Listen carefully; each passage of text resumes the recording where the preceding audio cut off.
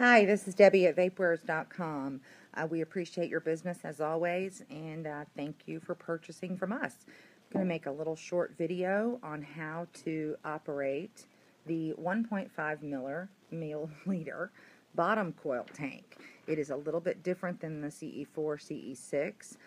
If you've seen our previous starter kit video, I discuss on how to fill, how to do your first fill, and how to refill this tank. I also describe some maintenance on your batteries, how to use your charging system, and I hope you find that helpful. So now this is going to go onto your battery, this tank, the same way that your other one does. It has the outside threads. It gives a really good fit. You don't want to over tighten it, as always, and that's just a sharp looking little tank.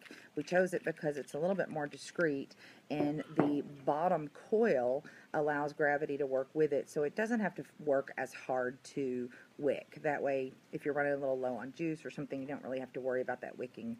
I don't want to call it a problem, but the wicking. So what you're going to do here is the drip tip is stationary. It will not come off, so that is going to stay. You don't have to worry about your drip tip at all. When you have used this tank, when you want to fill this tank, I'm sorry, we're going to work from the bottom, and we're going to unscrew this, put that down, and there you have your atomizer, coil, and heating core. As you can see there, sorry, the wick is very, very, very small instead of having the long wicks. And again, that works with gravity being at the bottom and helps you to, just helps it to wick better and get to the coil where it needs to be to fire. Here we have a tube down the center, and what you're going to do is you're going to fill your juice around the edges of that tube. So you're going to tilt your bottle, slide down, avoiding that tube because the tube goes straight out to here. It's where your vapor comes up. So we're going to avoid the tube, and we're going to just tilt in like this. I'm going to do it this way because it makes much more sense. Again, you can do this with a dropper bottle, but a needle bottle is just always super, super helpful. Go into the side, fill it all the way up. You'll know you need to stop when you get to the end of that tube or the top of that tube. Then, holding your tank this way, you want to take your core, put it back in here, and screw it on, making sure it's tight enough not to leak, but not over tightened. Now, if your wick and coil have done their time, you're actually going to replace the whole system here. I'll show you that. Again, we're just unscrewing it. It comes right out. Always make sure to protect your gaskets and keep an eye on them. Just make sure you don't pull them off accidentally.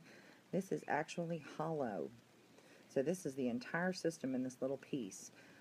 You'll get you a new one that you've ordered from Vapewares.com, and you'll slide it right in there. Tighten it up, and you will, and if you've been holding this the whole time or you've handed it to your husband like I do, you didn't even have to take your liquid out. So now you can just go right back in here, tighten that up, tighten so it won't leak, don't over tighten, and you're done. I think that covers the bottom coil tank.